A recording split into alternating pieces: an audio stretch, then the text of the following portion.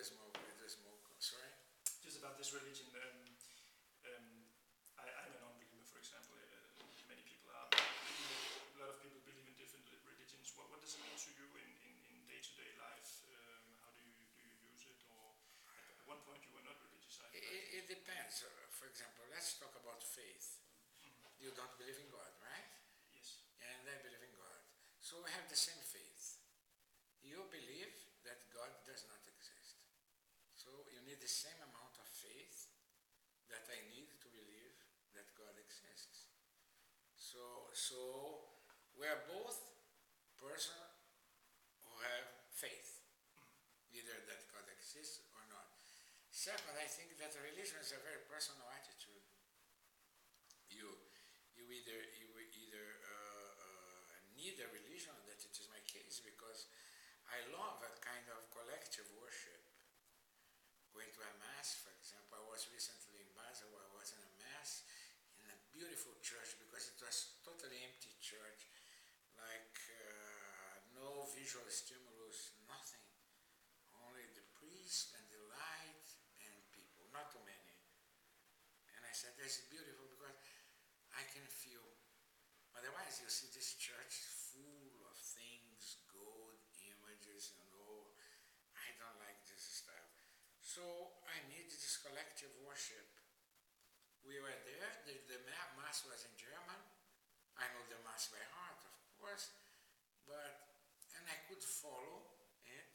But even if I could not follow it, like it happened with me when I went to a mosque during a prayer, you could feel this collective worship that is quite important for us. That said, I don't think that you can transfer to your religion your responsibilities, You see this Pope. This Pope for me is a disaster. It's really a disaster. And he's the head of my church. I'm not supposed to criticize him because according to the Catholic dogma, he is inspired and guided by the Holy Ghost. This is nonsense.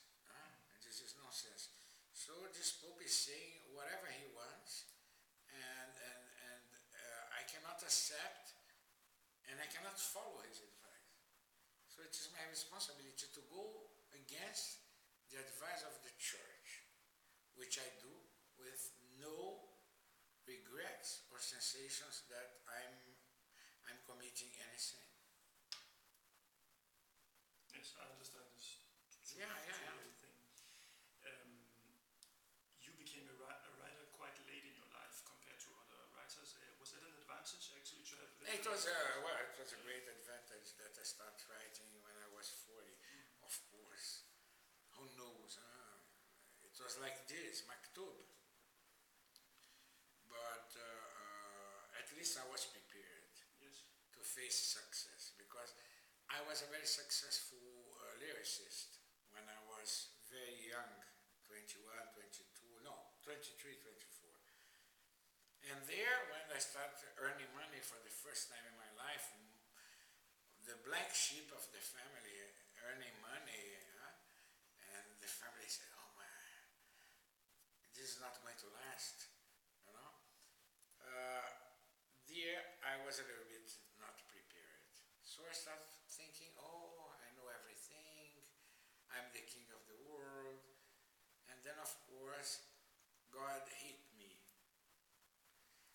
And I lost everything, not money. I kept the money, but I lost everything else. I lost my friends, I lost even my enthusiasm.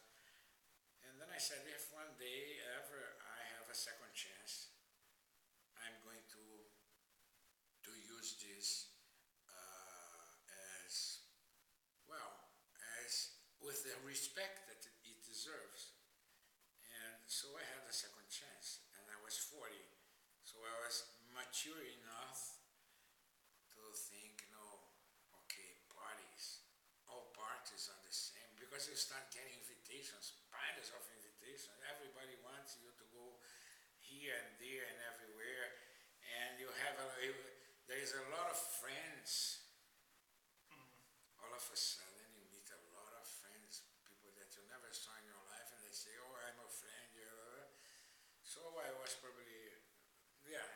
period, probably not only because I was 40, but also because I made a lot of mistakes before.